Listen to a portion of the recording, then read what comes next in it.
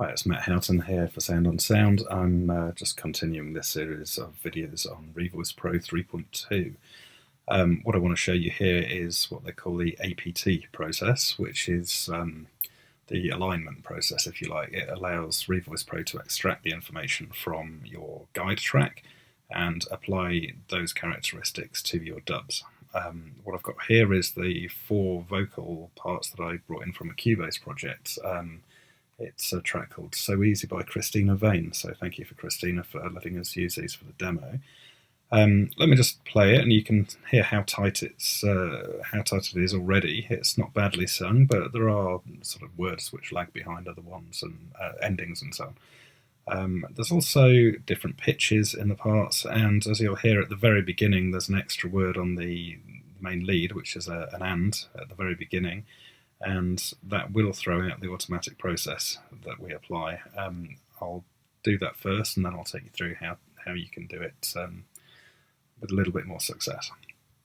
So to create an APT, you have to have a part selected, or you can click up here and select a specific range. Right click on that if you want to delete the range.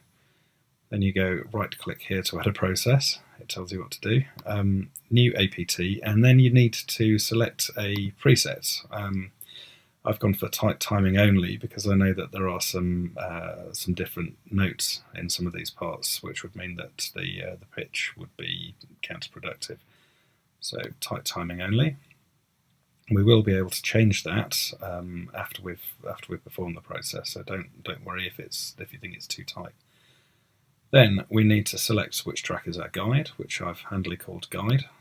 You just select from the drop down, and we want to pick our first dub, which is this one. And then if you want to do multiple processes at once, you'd need to have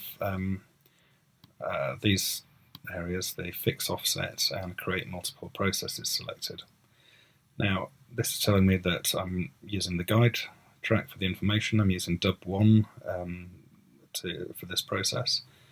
I want to write the output of that onto a track I've called Pt.1, and then we want to create multiple processes. We want 3 processes, 1 for each dub, and we want it to increment from one dub to the next, and we want to fix the offset, which tells us that the number of tracks below the dub which you're going to output on, so 1, 2, 3.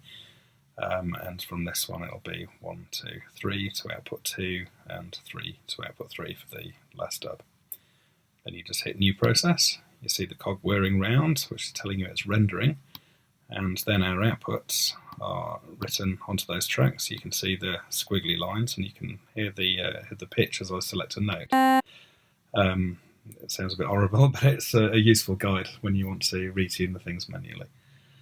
Okay. That's our basic process performed. Now, I explained that there was a word at the beginning which was going to throw the results out. So let me just mute the outputs for the moment. There is a fast way to do this, but I'm just going to use the mouse because it's easier to see what it is that I'm doing. So this is the original 4 parts all playing together. You can hear how tightly they're sung, and you can just hear this word "and" at the beginning on the guide part. And all this time. So you can hear the other parts come in on the word "all", and the guide starts on the word "and". Now, when we come down to our output, I'll mute the dubs, and I'll unmute the outputs. And you'll hear it go a little bit strange at the beginning, but hopefully the rest will be a lot tighter. And all this time wasted on you, I'll start anew. So I think that's tighter. It's a decent result straight off the bat, except for if I select a playback range here and put it into cycle, I'll just play through that word and you'll just hear what I mean.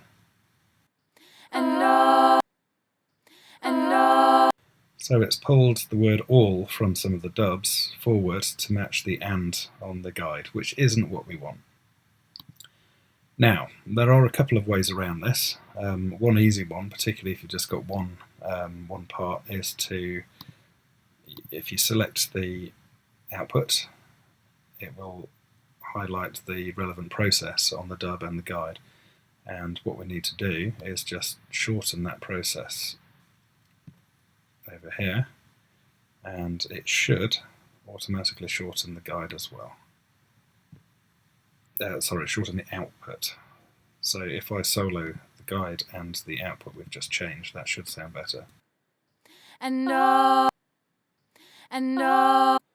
So that's nearly starting at the right time. Probably want to zoom in a little bit further and just make sure that you've got the APT process starting at the correct moment there. You can go through and do all that. The other way to do it would be to start by not selecting the entire audio part, but instead using a playback range to decide what it is that you're applying the APT to. And this is useful when you just want to tighten certain phrases, but it's also useful when you want to ignore parts as well. You don't want the process to be applied to a certain part of the audio. So again, we'll just do the APT. You can see it's just a short section here.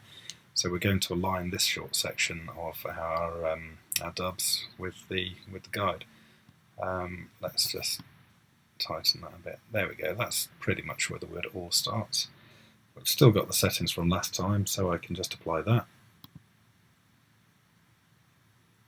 And hopefully you will be able to see that because I selected a playback range, it defaulted to that rather than picking the entire file, and it should sound better. Just have to stretch the playback range so you can hear it come in. And all this time. There you go, that's a much cleaner result, I think.